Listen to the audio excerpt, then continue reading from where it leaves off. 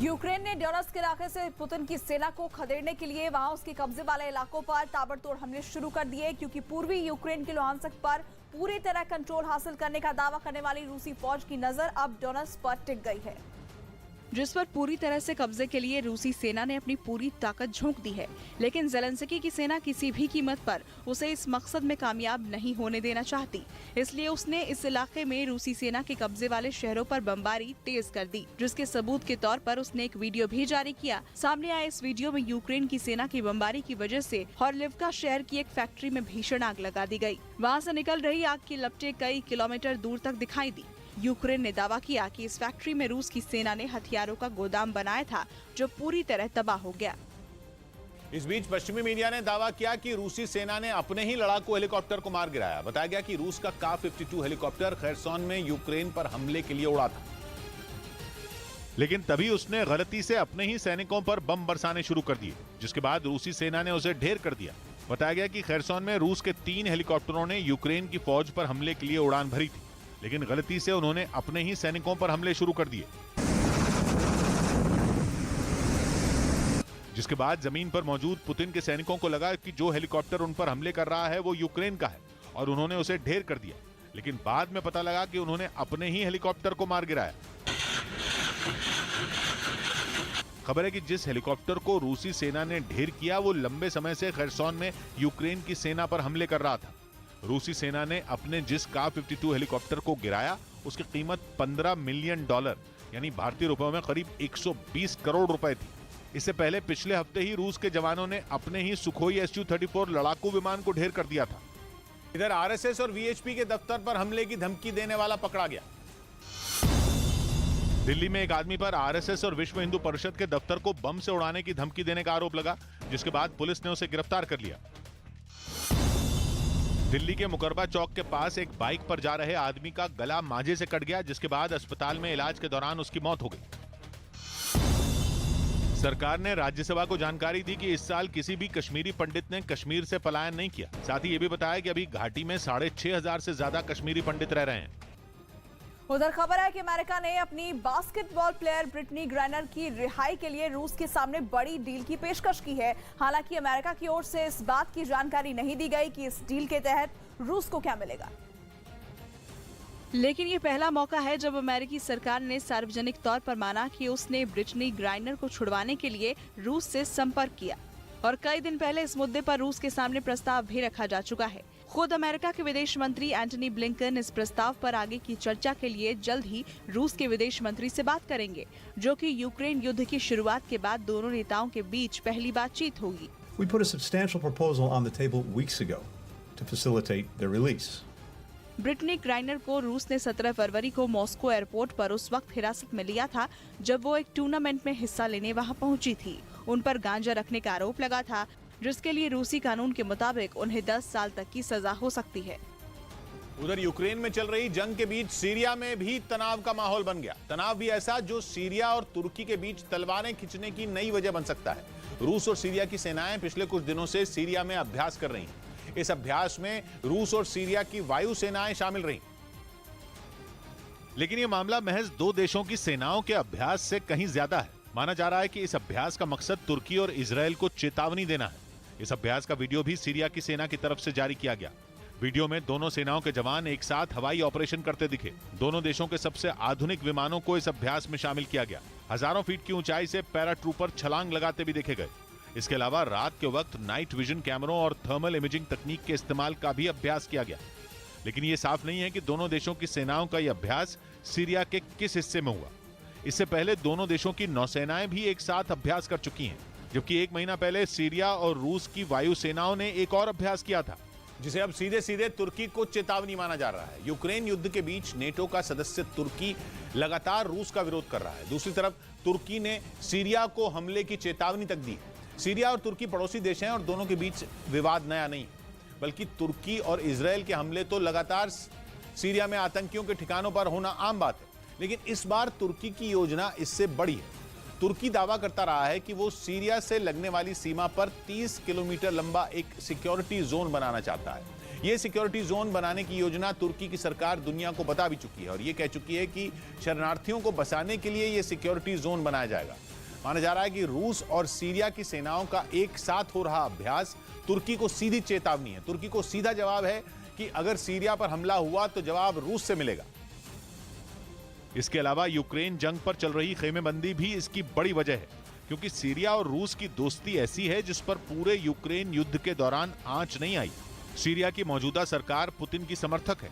दूसरी तरफ तुर्की की भूमिका यूक्रेन की जंग में काफी अलग है। स्वीडन और फिनलैंड को नेटो की सदस्यता दिलाने के लिए भी तुर्की की भूमिका अहम साबित हो सकती है।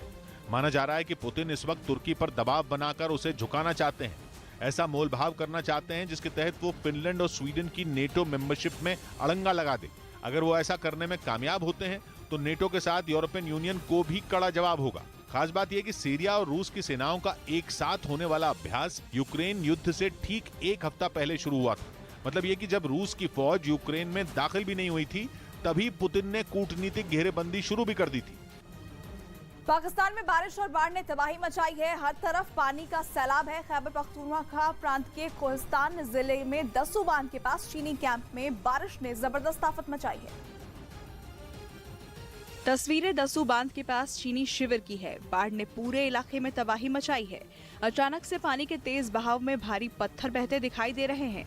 जैसे ही पानी का बहाव और तेज होता है, एक के बाद एक भारी संख्या में पत्थरों का आना जारी रहता है। कुछ पत्थर तो इनमें शिला के आकार के दिखाई दे रहे हैं। देखते ही देखते पानी पूरे इलाके में फैल गया और पानी के सैलाब के सामने जो भी आया वो उसे बहाकर अपने साथ ले गया। दरअसल कई दिनों से पाकिस्तान के कई शहरों में बाढ़ ने तबाही मचाई है, जिस वजह से पानी का सैलाब हर ओर दिखाई दे रहा है। उधर पाकिस्तान के कराची में बाढ़ और बारिश के बीच चौंकाने वाला वीडियो सामने आया। वहां कुछ लोग सड़क पर तैरती मछलियों को पकड़ते नजर आए और इसके लिए वहां सड़क पर भीड़ जमा हो गई। बाढ़ की मार झेल रहे लोगों को जैसे ही सड़क पर मछलियां दिखी वो उन्हें पकड़ने के लिए टूट पड़े। जो वीडियो सामने आया उसमें मछलियों को पकड़ने वालों की भारी भीड़ दिखाई दी। लोग सड़क पर तैर रही मछलियों को पकड़कर पॉलिथीन में भरते नजर आए। देखते ही देखते सड़क पर मछलियों की ऐसी लूट मची कि कुछ देर में ही वहां मछलियां खत्म हो गई। सड़क पर तैर रही मछलियों को पकड़ने के बाद कई लोगों की खुशी का ठिकाना ही नहीं रहा। वो मछलियों से भरी पॉलिथीन को दिखाकर अपनी खुशी जाहिर करते नजर आए। लेकिन ये वीडियो कराची के सिर्फ एक इलाके का था। जोरदार बारिश के बाद कराची शहर के ज्यादातर हिस्सों में बाढ़ जैसे हालात बन गए और कुछ जगहों पर तो इतना पानी भर गया कि पार्किंग में खड़ी गाड़ियां आधी से ज्यादा डूब गईं। वहां घरों और दुकानों के बाहर ऐसा सैलाब नजर आया जिसमें कुछ भी समा जाए। कराची शहर के अलग अलग इलाकों से बाढ़ और बारिश की सामने आई तस्वीरों को देखकर वहां की लोगों की मुसीबत का अंदाजा लगाया जा सकता है। बाढ़ के बाद सैकड़ों लोगों के घरों में इतना पानी भर गया कि उन्हें उसे निकालने के लिए घंटों मेहनत करनी पड़ी।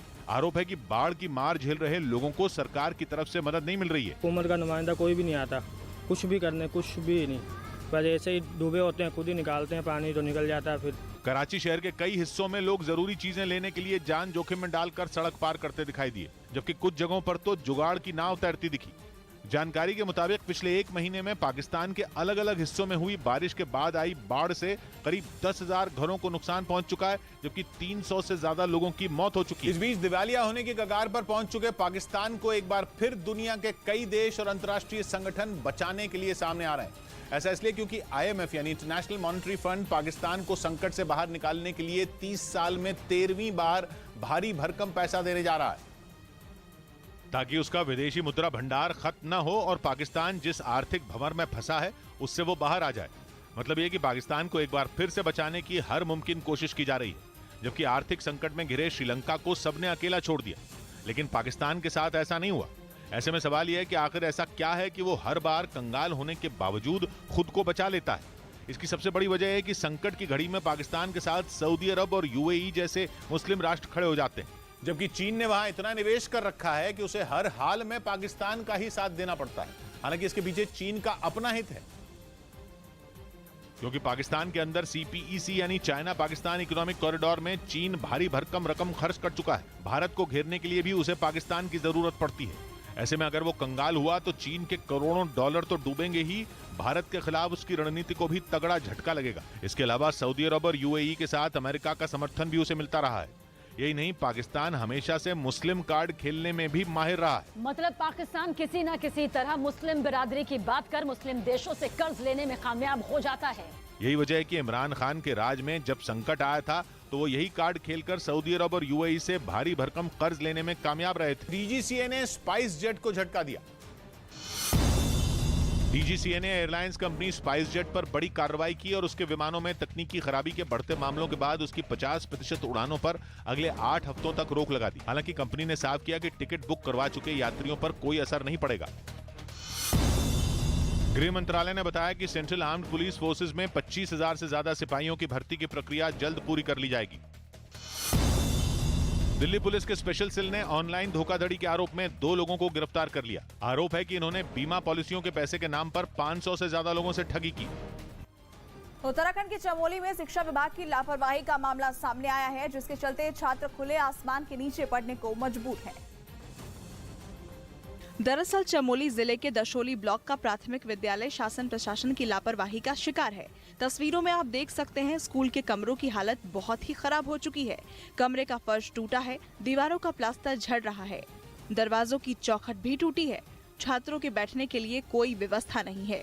ऐसे में सबसे ज्यादा परेशानी होती है बरसात के मौसम में। छात्र खुले आसमान के नीचे पढ़ने को मजबूर रहते हैं। किया भी क्या जाए, अच्छी शिक्षा देने का दम भरने वाले सरकारों का इस ओर कोई ध्यान नहीं है। ये वीडियो सोशल मीडिया पर खूब वायरल हो रहा है, लेकिन शिक्षा विभाग के नुमाइंदे आंख बंद किए बैठे हैं।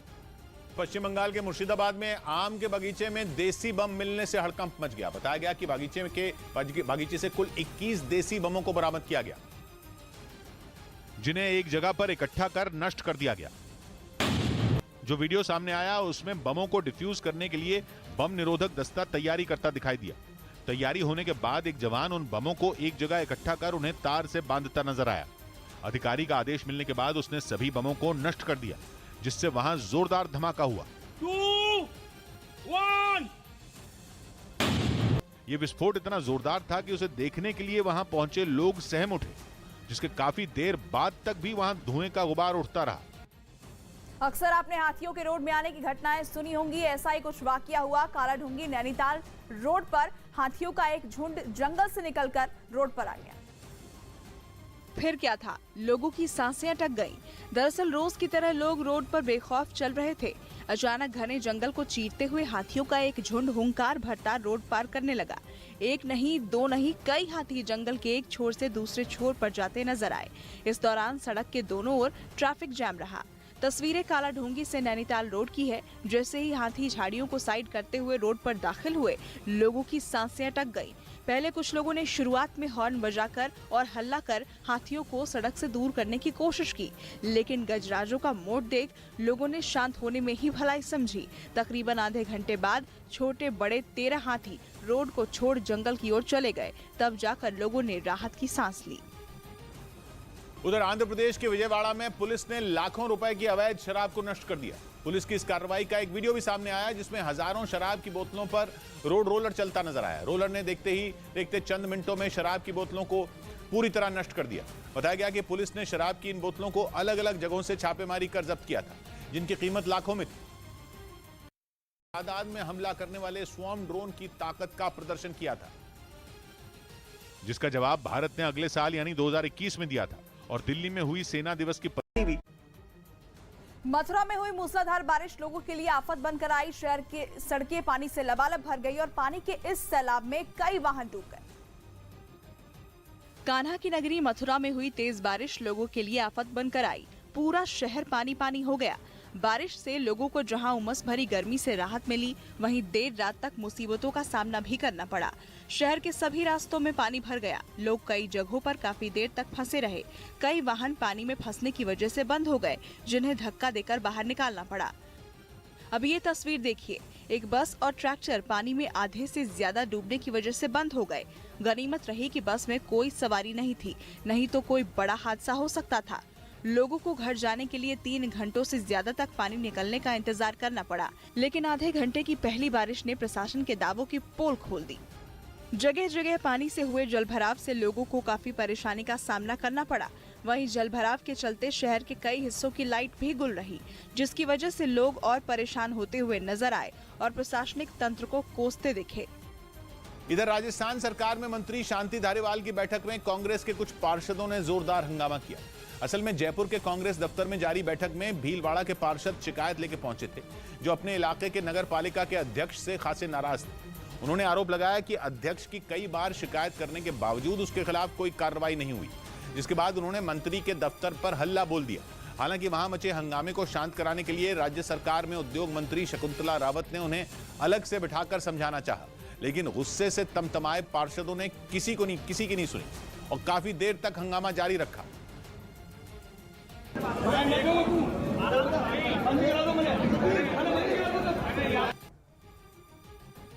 राजस्थान के जोधपुर में बारिश आफत बनी हुई है। लगातार बारिश ने कई इलाकों के हालात और भी बदतर कर दिए हैं। जोधपुर के लोहावत इलाके से जो तस्वीर सामने आई, उससे लोग दहशत में हैं। जोधपुर के कई इलाकों में तेज बारिश का दौर जारी है। जिले के लोहावत कस्बे में खौफनाक तस्वीर सामने आई। यहाँ तेज बारिश की वजह से सड़कें जलमग्न हो गई हैं। नदी और बरसाती नाले उफान पर हैं। लोहावत समेत आसपास के 3 जगहों से रेल की पटरी के नीचे से गिट्टी निकल गई, जिसे देख लगता है कि यहाँ कभी भी कोई बड़ा हादसा हो सकता है। जोधपुर रेलवे स्टेशन, पूरा yard, Raikabagh yard water locked हो गया था। ट्रैक के ऊपर से पानी बह रहा था। इसकी पेरेनियल प्रॉब्लम है क्योंकि जोधपुर स्टेशन रायकाबाग लो लाइन में स्टेटेड है। सिटी का सारा पानी आ जाता है। कई जगहों पर जलभराव के चलते हालात और भी खराब हो गए हैं। जोधपुर और रायकाबाग रेलवे स्टेशन पर भी भारी जलभराव हुआ है। ट्रैक के दोनों ओर पानी आ जाने से काफी दिक्कत हो रही है।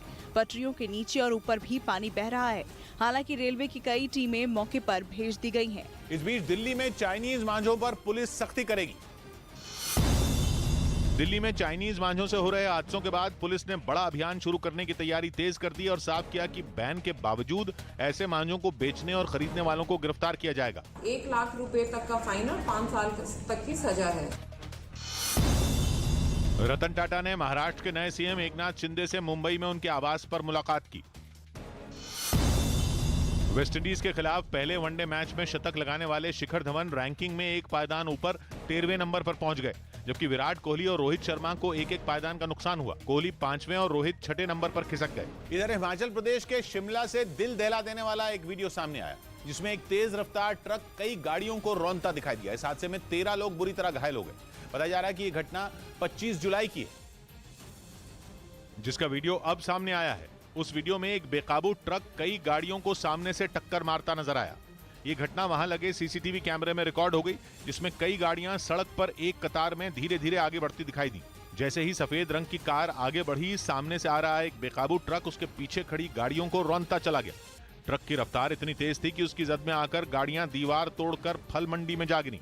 इस घटना को देख वहां हड़कंप मच गया और लोग अपनी जान को बचाने के लिए इधर उधर भागने लगे। वहां मौजूद लोगों ने गाड़ियों में फंसे लोगों को बाहर निकाला और उन्हें अस्पताल में भर्ती कराया। बताया गया कि ब्रेक फेल होने से सेब से लदा ट्रक बेकाबू होकर गाड़ियों से टकरा गया था। उधर उत्तर प्रदेश के बागपत से रोंगटे खड़े कर देने वाला एक वीडियो सामने आया, जिसमें एक सांड एक आदमी को जोरदार टक्कर मारता दिखाई दिया। यह पूरी घटना वहां लगे एक सीसीटीवी कैमरे में रिकॉर्ड हुई, जिसमें सांड एक आदमी को जमीन पर जोर से पटकता नजर आया। जो सीसीटीवी फुटेज सामने आई, उसमें एक आदमी सड़क पार करता दिखाई दिया। तभी पीछे खड़े सांड ने उसे अपने सींग से उठाकर सड़क पर पटक दिया। यह हमला इतना जोरदार था कि वो आदमी उड़कर काफी दूर जा गिरा। सांड आदमी पर फिर से हमला करने की फिराक में था, लेकिन वो वक्त रहते वहां से उठकर भाग गया। उधर इराक में उसके पड़ोसी ईरान के समर्थन वाले नेता को प्रधानमंत्री पद का उम्मीदवार बनाए जाने का विरोध तेज हो गया और इस फैसले के खिलाफ प्रदर्शन कर रहे लोगों ने संसद भवन पर धावा बोल दिया। और देखते ही देखते वो संसद भवन के अंदर दाखिल हो गए और उन्होंने वहां बवाल मचाना शुरू कर दिया। इससे पहले प्रदर्शन में शामिल लोग ईरान के खिलाफ नारेबाजी करते हुए संसद भवन के बाहर पहुंचे। हालांकि वहां बड़ी संख्या में सुरक्षाकर्मी भी खड़े दिखाई दिए, लेकिन उन्होंने प्रदर्शनकारियों को संसद के अंदर जाने से रोकने की कोशिश तक नहीं की, जिससे प्रदर्शन कर रहे लोगों का हौसला बढ़ गया और वो इराक के झंडे लहराते हुए संसद भवन के अंदर घुस गए। इसके बाद कुछ लोग वहां लगी मेज और कुर्सियों पर चढ़े नजर आए, जबकि कुछ लोग सांसदों की कुर्सियों पर बैठे दिखे। असल में वहां ईरान के समर्थन वाली पार्टियों के गठबंधन कोऑर्डिनेशन फ्रेमवर्क ब्लॉक ने पिछले दिनों मोहम्मद अल सुडानी को प्रधानमंत्री पद का उम्मीदवार बनाने का ऐलान किया था, जिसके बाद ईरान विरोधी पार्टियों ने प्रदर्शन शुरू कर दिए। इस बीच कहा जा रहा है कि चीन के चक्कर में दुनिया एक बार फिर खतरे में पड़ सकती है। 3 दिन पहले चीन ने अंतरिक्ष में 21 टन का एक रॉकेट लॉन्च किया था, जिसके अगले हफ्ते की शुरुआत में धरती पर गिरने की आशंका जताई गई। दुनिया भर के वैज्ञानिकों को शक है कि बीते 2 बार की तरह इस बार भी चीन का ये रॉकेट बेकाबू होकर गिर जाएगा, लेकिन संभावना है कि इस बार तबाही की तस्वीरें भयानक होंगी, क्योंकि अंतरिक्ष में चीन ने अपने जिस लॉन्ग मार्च 5B रॉकेट को भेजा है उसका वजन 21 टन बताया गया है। ऐसे में अगर इतने बड़े और भारी भरकम रॉकेट का थोड़ा सा भी हिस्सा धरती पर गिरता है तो भारी तबाही मच सकती है, जिस वजह से दुनिया भर के वैज्ञानिकों की चिंता बढ़ गई है, क्योंकि इस मामले में चीन का ट्रैक रिकॉर्ड बेहद खतरनाक रहा है। इसलिए दुनिया के अलग अलग कोनों में मौजूद वैज्ञानिक चिंता में हैं कि कहीं ये रॉकेट फिर से धरती पर न गिर जाए। इस बार इस रॉकेट के जरिए चीन ने अंतरिक्ष में बन रहे अपने नए स्पेस स्टेशन का हिस्सा भेजा है। अगर ये रॉकेट सही सलामत वहां पहुंच गया तो चीन के स्पेस स्टेशन के निर्माण के काम को रफ्तार मिलने की उम्मीद है। हालांकि पिछले साल फरवरी में भी चीन ने एक ऐसा ही रॉकेट अंतरिक्ष में भेजा था, लेकिन वो भारत के आसमान में जलने के बाद मालदीव के पास हिंद महासागर में गिर गया था। बताया गया कि वो पृथ्वी पर गिरने वाला अब तक का सबसे विशाल अंतरिक्ष मलबा था। और इस तरह की घटनाएं चीन के रॉकेट के साथ पहले भी कई बार हो चुकी है। वो तो गनीमत थी कि पृथ्वी के वायुमंडल से टकराने के बाद जब हिंद महासागर में रॉकेट का बचा हुआ हिस्सा गिरा तब कोई भारी नुकसान नहीं हुआ था। लेकिन इस बार अंतरिक्ष वैज्ञानिकों की नींद इसलिए उड़ी हुई है क्योंकि ये रॉकेट अभी तक डी ऑर्बिट नहीं हुआ है। इसी वजह से आशंका बनी हुई है कि वो पृथ्वी पर वापस गिर सकता है। अगर पृथ्वी के वायुमंडल से चीन का ये रॉकेट बाहर नहीं जा पाता तो वो हजारों किलोमीटर प्रति घंटा की रफ्तार से धरती से टकराएगा। हालांकि इन सभी बातों को दरकिनार करते हुए चीन अपने अंतरिक्ष कार्यक्रम को तेजी से आगे बढ़ाना चाहता है। चीन आने वाले दशकों में चंद्रमा से लेकर मंगल ग्रह तक पहुंचने की योजना पर काम कर रहा है। इसलिए वो ऐसा स्पेस स्टेशन तैयार करना चाहता है जो उसके वैज्ञानिकों को शोध का एक बड़ा प्लेटफॉर्म दे सके। उधर यूक्रेन ने रूसी सेना पर पलटवार तेज कर दिया, जिसके लिए उसने घातक मिसाइल सिस्टम तोचका यू का इस्तेमाल किया और सबूत के तौर पर उसकी तरफ से इन हमलों का एक वीडियो भी जारी किया। हालांकि यूक्रेन ने यह नहीं बताया कि ये हमले किस जगह किए गए, लेकिन हमले का जो वीडियो सामने आया उसमें एक सुनसान जगह पर यूक्रेन की सेना के तबाही मचाने वाले मिसाइल सिस्टम तोचका यू हमले के लिए तैयार होते दिखाई दिए। और जैसे ही इनसे मिसाइल दागने का सिलसिला शुरू हुआ, पूरे इलाके में धुएं का खौफनाक गुबार फैल गया। यूक्रेन ने इन हमलों में रूसी सेना के कई अहम ठिकाने और हथियारों के बड़े गोदाम तबाह करने का दावा किया। और इस बार पुतिन की फौज के खिलाफ यूक्रेन ने जिस तोचका यू मिसाइल सिस्टम का इस्तेमाल किया उसकी मदद से 120 किलोमीटर दूर से दुश्मन के ठिकानों को निशाना बनाया जा सकता है। और ये मिसाइल सिस्टम महज 20 मिनट के अंदर हमले के लिए तैयार हो जाता है। इसकी मदद से दागी जाने वाली एक मिसाइल की लंबाई करीब 6.5 मीटर और वजन 2000 किलो होता है। और ये मिसाइल अपने साथ करीब 500 किलो विस्फोटक लेकर उड़ान भरती है। अक्सर आपने हाथियों के रोड में आने की घटनाएं सुनी होंगी। ऐसा ही कुछ वाकया हुआ कालाढूंगी नैनीताल रोड पर। हाथियों का एक झुंड जंगल से निकलकर रोड पर आ गया। फिर क्या था, लोगों की सांसें अटक गईं। दरअसल रोज की तरह लोग रोड पर बेखौफ चल रहे थे। अचानक घने जंगल को चीरते हुए हाथियों का एक झुंड हुंकार भरता रोड पार करने लगा। एक नहीं, दो नहीं, कई हाथी जंगल के एक छोर से दूसरे छोर पर जाते नजर आए। इस दौरान सड़क के दोनों ओर ट्रैफिक जाम रहा। तस्वीरें कालाढूंगी से नैनीताल रोड की है। जैसे ही हाथी झाड़ियों को साइड करते हुए रोड पर दाखिल हुए, लोगों की सांसें अटक गईं। पहले कुछ लोगों ने शुरुआत में हॉर्न बजाकर और हल्ला कर हाथियों को सड़क से दूर करने की कोशिश की, लेकिन गजराजों का मोड़ देख लोगों ने शांत होने में ही भलाई समझी। तकरीबन आधे घंटे बाद छोटे बड़े 13 हाथी रोड को छोड़ जंगल की ओर चले गए। तब जाकर लोगों ने राहत की सांस ली। बीएसएनएल को उबारने के लिए सरकार ने पैकेज को हरी झंडी दे दी। केंद्रीय कैबिनेट ने आर्थिक संकट से जूझ रहे बीएसएनएल को उबारने के लिए 1,64,000 करोड़ रुपए के पैकेज की मंजूरी दे दी। इसके जरिए देश के कई गांवों तक 4G सेवा पहुंचाई जाएगी। 25,000 गांव तक दूरसंचार सेवाएं पहुंचे, 4G टेलीकॉम सर्विसेज पहुंचे। यूपी के अलीगढ़ में पुलिस ने शादी के नाम पर लड़कियों को बेचने वाले एक गिरोह का पर्दाफाश किया और 6 आरोपियों को पकड़ लिया। चेन्नई में सुबह से 44वें शतरंज ओलंपियाड की शुरुआत होगी, जिसमें ग्रैंड मास्टर आर प्रागनंदा और डी गुकेश समेत कई खिलाड़ी हिस्सा लेंगे।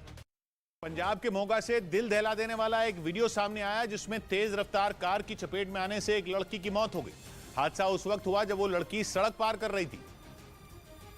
तभी उस कार ने लड़की को टक्कर मार दी, जिससे वो बीच सड़क पर उछलकर दूर जा गिरी। इसके बाद वो कार आगे जाकर उस जगह पर रुक गई जहां वो लड़की गिरी थी। तब तक उस लड़की के घर वाले भी वहां पहुंच गए। इस बीच कार चला रहा आदमी भी उसका हाल जानने के लिए बाहर निकल आया, लेकिन टक्कर इतनी जोरदार थी कि उस लड़की की मौके पर ही मौत हो गई। बाद में पुलिस वहां पहुंची और उस कार के साथ ड्राइवर को भी थाने ले गई। वहीं लड़की की मौत के बाद उसके घर वालों का बुरा हाल हो गया। उन्होंने तेज रफ्तार में गाड़ी चलाने का आरोप लगाकर ड्राइवर के खिलाफ कार्रवाई की मांग की। पुलिस इस हादसे की जांच में जुटी हुई है। उत्तर प्रदेश के चित्रकूट में लगातार हो रही मूसलाधार बारिश ने नदियों का जलस्तर बढ़ा दिया है, जिसके चलते कई रास्तों से लोगों का संपर्क टूट गया है। कई घंटों तक लगातार बारिश से नदियों का जलस्तर अचानक बढ़ गया। कुछ जगहों पर नदी का पानी पुल के ऊपर से भी बहता दिखाई दिया, जिसकी वजह से कई इलाकों में खतरा बढ़ गया। शिवरामपुर चौकी क्षेत्र के भैंसोधा संपर्क मार्ग पर भी पानी आ गया। इसी के रास्ते में बने थोथी चेक डैम पानी के तेज बहाव के कारण बह गया। लोग जान जोखिम में डालकर पानी के बीच से गुजर रहे हैं। पानी के तेज बहाव में कई जगहों पर सड़कें धंस गई, जिसकी वजह से कई गाँव का संपर्क टूट गया। ग्रामीणों को आने जाने में काफी परेशानी का सामना करना पड़ रहा है। हालांकि इस ओर प्रशासन का कोई ध्यान नहीं है। हिमाचल प्रदेश के लाहौल स्पीति में अचानक मौसम बदल गया। हिमाचल प्रदेश के लाहौल स्पीति में भारी बारिश के बाद एक बाइक पानी में बह गई। कांवड़ यात्रा खत्म होने के बाद हरिद्वार प्रशासन ने वहां गंगा घाटों की सफाई का अभियान शुरू कर दिया। दिल्ली के पास नोएडा में पुलिस ने एक रेप के आरोपी को मुठभेड़ में घायल करने के बाद गिरफ्तार कर लिया। महाराष्ट्र के नासिक में एक कार के पलटने से 3 लोग गंभीर रूप से घायल हो गए। इस बीच फिलीपींस के अलग अलग हिस्सों में आए जोरदार भूकंप की चपेट में आने से 6 लोगों की मौत हो गई, जबकि कई लोग घायल हो गए। रिक्टर स्केल पर 7 की तीव्रता वाले भूकंप से लोग सहम गए, जिसका असर पार्क में खड़े लोगों पर भी दिखा। जिस समय भूकंप आया, पार्क में लगी एक मीनार टूटती दिखी, जिसके बाद वहां मौजूद लोग जान बचाकर भागते नजर आए। फिलीपींस के एब्रा शहर में भी भूकंप ने जमकर तबाही मचाई। भूकंप के झटके इतने जोरदार थे कि स्विमिंग पूल का पानी बाहर निकलता नजर आया। यही नहीं, तेज भूकंप की वजह से वहां कई इमारतें बर्बाद हो गईं, जबकि कुछ घरों की दीवारों में दरार तक आ गई। और ऐसी ही कुछ तस्वीरें विगन सिटी से भी सामने आई, जहां भूकंप से कई घरों को नुकसान पहुंचा। भूकंप के तेज झटकों के बाद एक चर्च के बाहर का हिस्सा भी टूटा दिखाई दिया। जानकारी के मुताबिक फिलीपींस के अलग अलग हिस्सों में भूकंप की चपेट में आने से करीब 90 लोग घायल हो गए। बस्ती में स्वास्थ्य विभाग का लापरवाही भरा मामला सामने आया है। समय पर एम्बुलेंस न मिलने की वजह से गर्भवती महिला ने ठेले पर बच्चे को जन्म दिया। कप्तानगंज इलाके में रहने वाली एक गर्भवती महिला के परिजनों को समय पर एम्बुलेंस नहीं मिलने पर मुश्किल बढ़ गई और परिजनों को मुश्किल हालातों में गर्भवती महिला की डिलीवरी एक ठेले पर ही करानी पड़ी, जिससे महिला को ठेले पर अपने बच्चे को जन्म देना पड़ा। आरोप है कि 1 घंटे तक 102 नंबर पर फोन करने के बाद भी एम्बुलेंस नहीं पहुंची, तो परिजन गर्भवती महिला को ठेले पर लेकर अस्पताल की तरफ निकले और रास्ते में ही महिला ने ठेले पर बच्चे को जन्म दे दिया। 1 घंटा हो के फोन किए, अभी तक के दिखाया नहीं पड़ा। तड़प लग के लड़का पैदा हुआ रास्ते में। बताया जा रहा है कि सामुदायिक स्वास्थ्य केंद्र पर एम्बुलेंस खड़ी रहती है और यहां से कुछ ही दूरी पर महिला का घर था, लेकिन फिर भी एम्बुलेंस समय पर नहीं पहुंची। बच्चे का जन्म होने के बाद जब परिजन दोनों को ठेले पर लेकर अस्पताल पहुंचे, तब भी सामुदायिक स्वास्थ्य केंद्र पर आधा दर्जन एम्बुलेंस खड़ी थी। इधर मध्य प्रदेश के ग्वालियर से हैरान कर देने वाला मामला सामने आया। वहां बिजली विभाग ने एक शख्स को 3,400 करोड़ रुपए का बिजली बिल थमा दिया। और इतना भारी भरकम बिल देखते ही घर में मौजूद लोगों के हाथ पैर फूल गए। जैसे ही संजीव कनकने की पत्नी प्रियंका ने बिल देखा, उनकी हालत खराब हो गई, जिसके बाद उनकी तबीयत इतनी बिगड़ गई कि उन्हें अस्पताल में भर्ती कराना पड़ा। तो वो घबरा गई और अचानक से उनका थोड़ा सा बीपी हाई हो गया। हालांकि मामले के तूल पकड़ते ही मध्य प्रदेश के ऊर्जा मंत्री प्रद्युम्न सिंह तोमर भी हरकत में आ गए, जिसके बाद आरोपी अधिकारी को सस्पेंड कर दिया गया। काल सुधारा गया, ये भी तो आप देखिए, कार्रवाई भी की जा रही है, और क्या चाहिए। बिजली विभाग ने सफाई देते हुए कहा कि उनके कर्मचारियों की लापरवाही की वजह से बिल की रकम अरबों में पहुंच गई। हालांकि बाद में उसे सुधार कर खपत के हिसाब से 1,300 रुपए का बिजली बिल उन्हें सौंप दिया गया। इधर मनी लॉन्ड्रिंग कानून में कोई बदलाव नहीं होगा। सुप्रीम कोर्ट ने मनी लॉन्ड्रिंग के कानून में किसी तरह का बदलाव करने से इनकार कर दिया। इससे पहले 250 से ज्यादा याचिकाएं दाखिल कर इस कानून को चुनौती दी गई थी। इन याचिकाओं में मनी लॉन्ड्रिंग एक्ट के तहत होने वाली गिरफ्तारी के तरीके पर सवाल उठाए गए थे। दिल्ली पुलिस ने साकेत इलाके में 1 करोड़ से ज्यादा के ड्रग्स के साथ 3 आरोपियों को गिरफ्तार कर लिया। आईसीसी ने ऐलान किया कि 2025 में होने वाले वनडे महिला विश्व कप की मेजबानी भारत करेगा। दिल्ली में बीच सड़क पर एक चलती कार अचानक धू-धू कर जलने लगी। आग इतनी भयानक थी कि काबू करने के लिए 2 दमकल गाड़ियां बुलानी पड़ी। कार में अचानक लगी आग से अफरा तफरी का माहौल हो गया। हादसा दिल्ली के रोहिणी इलाके में हुआ। चलती कार में पहले धुआं उठा और फिर आग की लपटें उठने लगी, जिसे देख कार सवार ने कार से कूदकर अपनी जान बचाई। इसके बाद आग विकराल हो गई और देखते ही देखते आग ने पूरी कार को अपनी चपेट में ले लिया। रोहिणी के G3S सिनेमा के पास कार में लगी भीषण आग देख ट्रैफिक रुक गया और लोगों ने मामले की जानकारी फायर ब्रिगेड को दी। सूचना पर मौके पर पहुंची दमकल की 2 गाड़ियों ने कार में लगी आग पर काबू पाया। हालांकि घटना में कोई हताहत नहीं हुआ है। कार में आग किन कारणों से लगी, इसकी जानकारी नहीं मिल पाई है। इधर हिमाचल प्रदेश के शिमला से दिल दहला देने वाला एक वीडियो सामने आया, जिसमें एक तेज रफ्तार ट्रक कई गाड़ियों को रौंदता दिखाई दिया। इस हादसे में 13 लोग बुरी तरह घायल हो गए। बताया जा रहा है कि यह घटना 25 जुलाई की है, जिसका वीडियो अब सामने आया है। उस वीडियो में एक बेकाबू ट्रक कई गाड़ियों को सामने से टक्कर मारता नजर आया।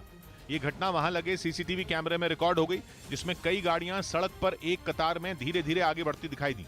जैसे ही सफेद रंग की कार आगे बढ़ी, सामने से आ रहा एक बेकाबू ट्रक उसके पीछे खड़ी गाड़ियों को रौंदता चला गया। ट्रक की रफ्तार इतनी तेज थी कि उसकी जद में आकर गाड़ियां दीवार तोड़कर फल मंडी में जा गिरी। इस घटना को देख वहां हड़कंप मच गया और लोग अपनी जान को बचाने के लिए इधर उधर भागने लगे। वहां मौजूद लोगों ने गाड़ियों में फंसे लोगों को बाहर निकाला और उन्हें अस्पताल में भर्ती कराया। बताया गया कि ब्रेक फेल होने से सेब से लदा ट्रक बेकाबू होकर गाड़ियों से टकरा गया था। दिल्ली पुलिस के एक एएसआई का रुपए लेते वीडियो वायरल हो रहा है। आरोप है कि एएसआई ने लोगों से काम कराने के नाम पर पैसे लिए हैं। वीडियो में दिल्ली पुलिस का एएसआई वेद प्रकाश एक व्यक्ति से रुपए लेता दिखाई दे रहा है। एएसआई के हाथ में एक लाल रंग का रजिस्टर भी दिखाई दे रहा है, जिसमें कुछ कागजात लेकर एएसआई इलाके के कुछ लोगों के पास पहुंचा था। वीडियो में रिकॉर्ड बातचीत से लग रहा है कि एएसआई ने वीडियो में दिख रही महिला के बेटे का कोई काम कराने के लिए पैसे लिए हैं। वीडियो दिल्ली के मयूर विहार इलाके के चिल्ला यमुना खादर का बताया जा रहा है। हालांकि वीडियो की पुष्टि न्यूज़ 18 नहीं करता है। देख ही रहे हैं हम तो, हमने कौन सा यहाँ कर्ज दे रखा ना यू करता ना तुम्हें भागा दौड़ी होती ना रुपए लेते हुए एएसआई का वीडियो वहां मौजूद किसी शख्स ने बनाया और सोशल मीडिया पर वायरल कर दिया, जिसके बाद दिल्ली पुलिस की डीसीपी ईस्ट प्रियंका कश्यप ने वीडियो का संज्ञान लेते हुए एएसआई वेद प्रकाश को लाइन हाजिर कर दिया है। साथ ही आरोपी एएसआई के खिलाफ जांच के भी आदेश दिए हैं।